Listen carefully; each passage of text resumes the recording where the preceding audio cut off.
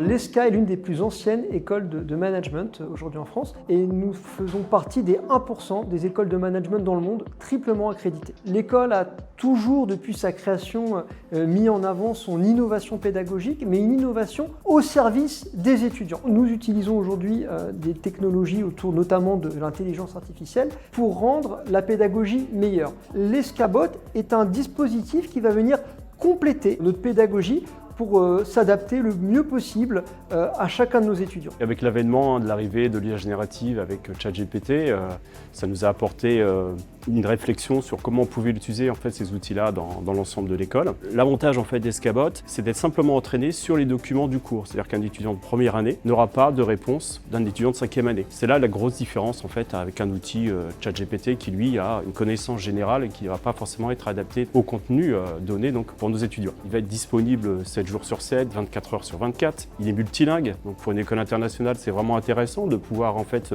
apporter des informations pour quelle que soit en fait la population. La priorité déjà, pour nous, c'était la sécurité des données. Donc notre école en fait est multicampus aujourd'hui. Du fait aussi du télétravail, on a équipé en fait nos collaborateurs de PC portables. Et pour assurer donc la sécurité de ces postes-là, donc on a utilisé Windows 11 qui est couplé donc à Intune, qui permet en fait de gérer même à distance donc la sécurité des postes, mais aussi de pouvoir se connecter directement de chez soi sur notre système d'information donc de manière sécurisée. Open Azure AI, l'avantage aussi de ce dispositif-là, c'est qu'il nous permettait de tester les différents modèles en fonction de nos besoins. Là, on est sur un pilote, on teste sur 200-300 étudiants, mais l'objectif, c'est de l'ouvrir aux 7000 étudiants. Les étudiants, en fait, ont la possibilité de réviser le cours. Par exemple, ils demandent est-ce que tu peux faire donc, une note de synthèse de l'ensemble du cours ?